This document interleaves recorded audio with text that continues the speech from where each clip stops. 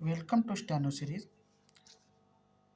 आज हम बात करेंगे UP triple S C steno 333 exam की, जो कि आपके 2022 पेट के थ्रू आया था। इस एग्ज़ाम में काफ़ी लंबा समय रहा।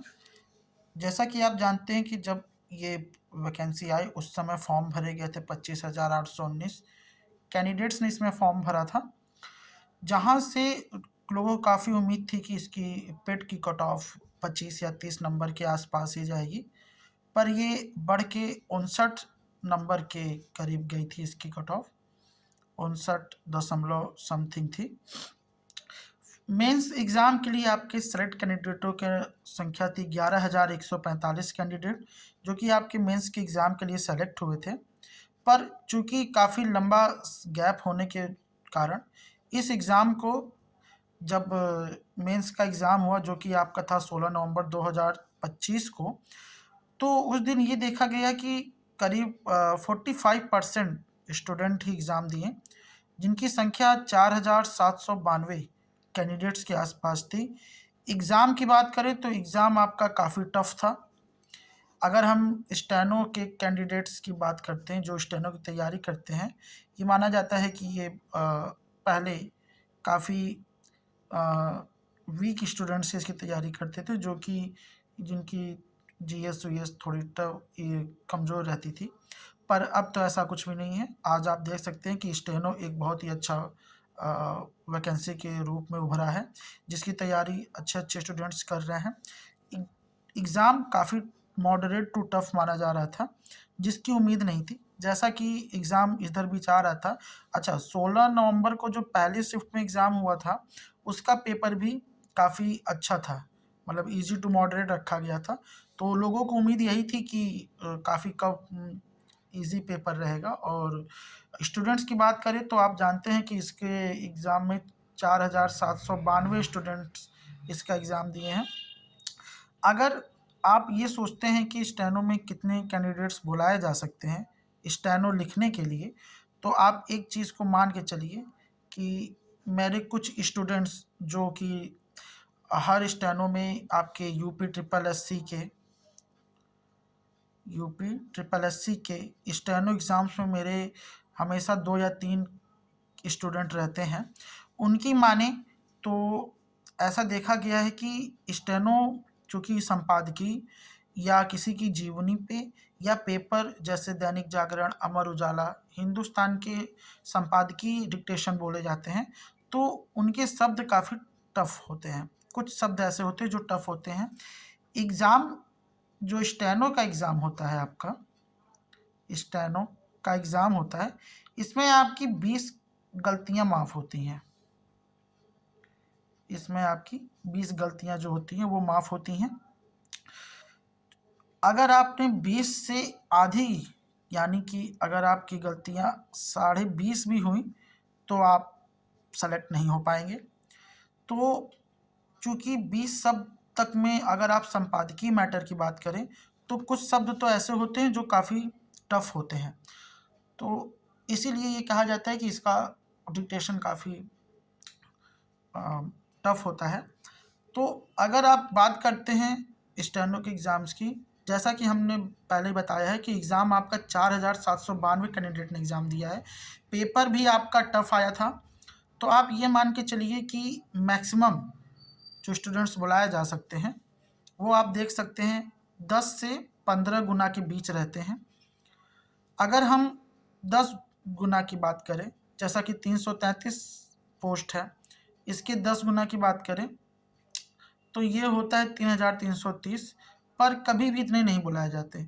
स्टेनो के एग्ज़ाम्स में हमेशा संख्या ज़्यादा से ज़्यादा ली जाती है, जिससे उन्हें एक डिक्टेशन बोलने के बाद एक शॉर्ट हैंड लिखने वाला, अच्छा शॉर्ट हैंड लिखने वाला स्टूडेंट मिल सके।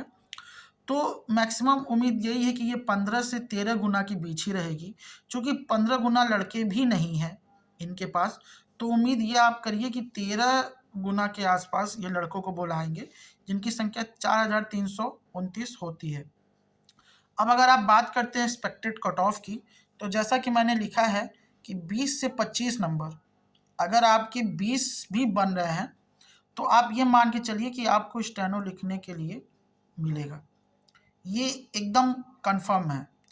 जिस दिन रिजल्ट आएगा मैं आपको दोबारा ये चीज़ आपके सामने रखूँगा कि स्टेनो लिखने के लिए 20 प्लस नंबर जिन भी स्टूडेंट्स के हैं जो कि जनरल कैटेगरी से हों, ओबीसी से हों, एससी एसटी के हों, तो वो तो 20 मार्क्स से कम भी, यानी कि अगर आप समझे तो 15 से 20 नंबर के बीच ओबीसी कैंडिडेट्स ये मान के चले कि उन्हें शॉर्ट हैंड लिखने के लिए मिल जाएगा, उन्हें शॉर्ट हैंड लिखने के लिए आराम से बुलाया जाएगा।